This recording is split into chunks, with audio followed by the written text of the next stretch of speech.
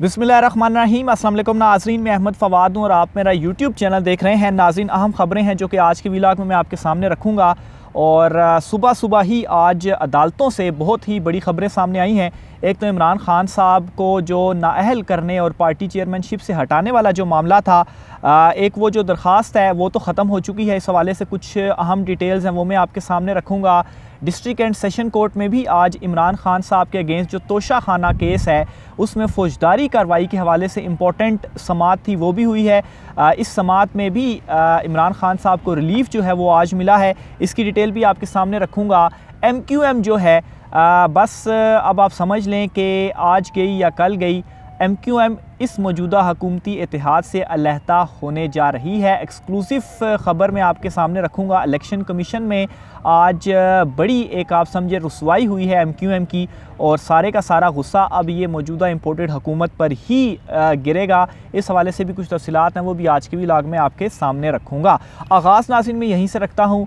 MQM ये नहीं चाहती थी कि कराची में जो बलदियाती इलेक्शंस हैं वो 15 जनवरी को चूँकि शेड्यूल थे वो हों, और उनके इस पर जो रिज़र्वेशंस थे वो ये थे कि हल्का बंदियाँ वोटर्स लिस्टें जो हैं वो ठीक नहीं हुई, इसलिए ये प्री पोल रिगिंग है।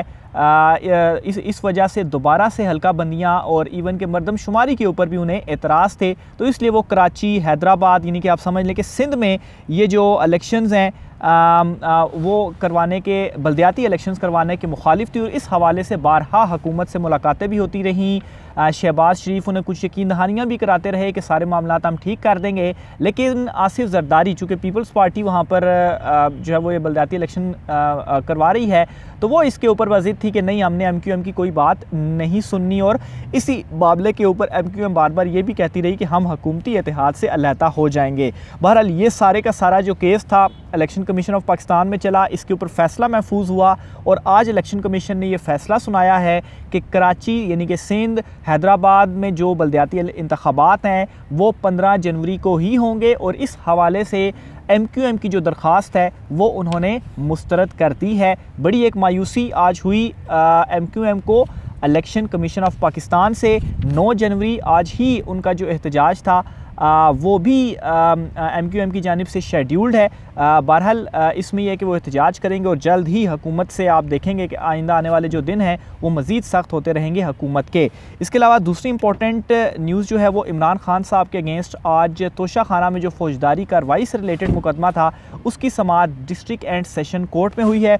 इस समाअत में ये हुआ है कि इमरान खान साहब की जानिब से आज पेश होना था। आज पहली समाअत थी इस फ़ौजदारी केस की। आज इमरान खान साहब चूँकि वो इंजर्ड है जिसकी वजह से वो अदालत में पेश नहीं हो सके, इस पर एक जो उनके मावन वकील हैं अली बुखारी, उनकी जानिब से हाज़री से इस्तिस्ना की जो दरख्वास्त है वो आज अदालत को दी गई, जिसे अदालत ने मंजूर किया। प्लस एक और चीज़ ये की गई कि इमरान खान साहब को दोबारा तलबी के जो नोटिस हैं वो जारी किए गए हैं, और 31 तारीख को इमरान खान साहब को इसी केस में दोबारा तलब किया गया है। प्लस ये हुआ है कि इलेक्शन कमीशन ऑफ पाकिस्तान को जो मुसद्दका नकूल हैं सारे केसेस की वो फ़राहम करने का भी कहा गया है इलेक्शन कमीशन को कि ये इमरान खान साहब को आज फ़राहम करें। दूसरा, आज दौरान समाअत ये भी हुआ कि इलेक्शन कमीशन के जो वकील हैं उन्होंने एक एतराज़ भी उठाया कि जो मावन वकील हैं या जूनियर वकील हैं अली बुखारी, वो इमरान खान को रिप्रेजेंट नहीं कर रहे, ना ही उनके वकालतनामा उन्होंने अदालत में दिया। प्लस इमरान खान साहब की जो मेडिकल रिपोर्ट्स हैं वो भी उन्होंने नहीं दी, तो कैसे इस्तिस्ना की दरख्वास्त मंजूर हो सकती है। लेकिन इलेक्शन कमीशन की ये जो इस्तदा थी ये किस्म की मुस्तरद हुई, क्योंकि दूसरी तरफ इमरान खान के वकील की इस इस्तदा को मंजूर करते हुए हाज़री से इस्तिस्ना की दरख्वास्त इमरान खान साहब की मंजूर की गई है। प्लस इलेक्शन कमीशन ने यह भी कहा कि इमरान खान साहब के वारंट गिरफ्तारी जो हैं वो जारी किए जाएं, क्योंकि वो इस केस में पेश ही नहीं हुए। तो बहरहाल कोई वारंट भी जारी नहीं हुए और केस अब ये वाला भी 31 तारीख को चला गया है। तो ये दो इम्पॉर्टेंट, एक तो इलेक्शन कमीशन ऑफ पाकिस्तान का महफूज फ़ैसला, प्लस सेशन कोर्ट में ये बड़ा एक इम्पॉर्टेंट केस था जो कि चला। फिर इसके अलावा नाज़रीन एक और भी केस था लाहौर हाई कोर्ट में। इमरान खान साहब को पार्टी चेयरमैन से हटाने से मुतल्लिक एक दरख्वास्त थी, वो भी आई थी। ये जो दरख्वास्त है ये भी लाहौर हाई कोर्ट के चीफ जस्टिस की सरबराही में बेंच था जिसने इसके ऊपर भी समाअत की। इस दरख्वास्त को भी खारिज किया गया और ये करार दिया गया कि ये गैर मौसर हो चुकी है दरख्वास्त, तो इसलिए इस दरख्वास्त को ही खारिज किया जाता है। प्लस आज एक केस में ये भी इलेक्शन कमीशन ऑफ पाकिस्तान से उनके जो वकील पेश हुए उनसे ये क्वेश्चन जो है वो किया गया चीफ़ जस्टिस की जानिब से कि इमरान खान साहब को चूँकि नोटिस भी जारी हुए हैं पार्टी चेयरमैनशिप से हटाने के मामले के ऊपर, तो जब इमरान खान साहब को नाअहल किया गया तो उसके बाद इमरान खान साहब ने एक ज़िमनी इलेक्शन लड़ा। तो अगर इमरान खान साहब ने वो ज़िमनी इलेक्शन लड़ा तो इसका मतलब ये था कि खाली एक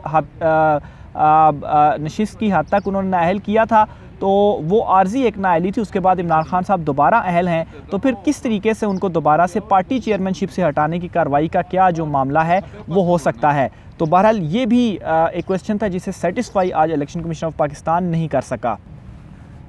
तो इसके ऊपर भी सेटिस्फाई जो है वो अदालत को नहीं किया जा सका। और वाकई ये बड़ा एक वैलिड क्वेश्चन है कि अगर इमरान खान साहब को नाअहल किया गया, फिर उसके बाद इमरान खान साहब ने ज़िमनी इलेक्शन लड़ा और वो इमरान खान साहब जीते भी, उसके बाद कैसे उनको जो है वो पार्टी चेयरमैनशिप से हटाने की जो कार्रवाई है वो की जा सकती है। बहरहाल इस केस की जो कुछ प्रोसीडिंग है वो मैं आपके सामने रखता हूँ। तो दरख्वास्त गुजार एडवोकेट आफाक अहमद जो थे वो आज अदालत में पेश हुए और कहा कि इलेक्शन कमीशन इमरान खान को चेयरमैन के ओहदे से नाअहल नहीं कर रहा, जिस पर चीफ जस्टिस ने रिमार्क्स दिए कि इलेक्शन कमीशन की कार्रवाई के बाद आपकी दरख्वास्त तो बज़ाहिर गैर मौसर हो गई है, क्योंकि इसी मामले के ऊपर इलेक्शन कमीशन ने इमरान खान साहब को नोटिस जारी कर दिए हैं, इलेक्शन कमीशन में मामला चल रहा है, तो आपकी दरख्वास्त हाई कोर्ट में अब गैर मौसर जो है वो हो जाती है। नोटिस चूँकि हो गए हैं, अगर फिर वहाँ से कोई फ़ैसला आता है तो फिर उसके बाद आपका ये जो सारा मसला है वो तब आपकी दरख्वास्त जो है वो दोबारा आप लेकर आ सकते हैं। तो बहरहाल इसके ऊपर जो दरख्वास्त गुजार थे उसने ये कहा कि उनकी दरख्वास्त गैर मौसर नहीं है, उनके जो दलाइल हैं वो अभी भी सुने जा सकते हैं, जिस पर चीफ जस्टिस ने और अज़हर सदीक वाली दरख्वास्त की कोई एग्जांपल उन्होंने दी तो उस पर चीफ जस्टिस ने ये कहा कि अज़हर सदीक अब तो इमरान खान ख़ुद दरख्वास्त गुजार बन चुके हैं, हल्के के वोटर की दरख्वास्त भी बज़ाहिर जो है वो गैर मौसर है।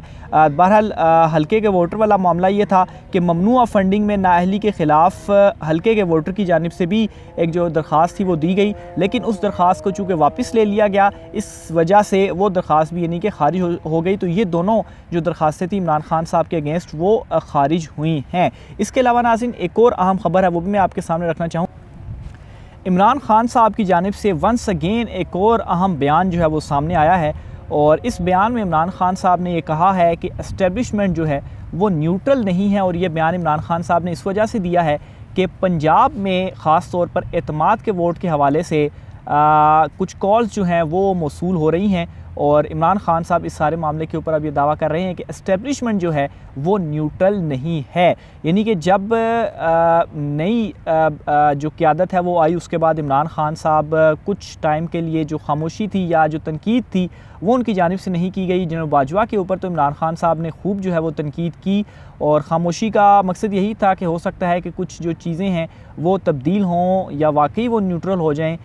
लेकिन इमरान खान साहब की जानिब से अब ये वाज़ेह बयान जो है वो सामने आ चुका है कि एस्टेब्लिशमेंट न्यूट्रल नहीं है, और इस पर पंजाब के हवाले से भी उन्होंने जो एग्जांपल है वो सामने रख दी है। बहरहाल इस वक्त जो दबाव है वो हर तरफ से बढ़ रहा है। एक तो माशी जो सूरत हाल है, और नून लीग जो है जिस मकसद के लिए भी शायद उनको लाया गया था तो वो हुकूमत ही नहीं चला पा रहे। आखिर में नाज़रीन पीपल्स पार्टी ज़बरदस्त खेल खेल रही है नून लीग के साथ भी।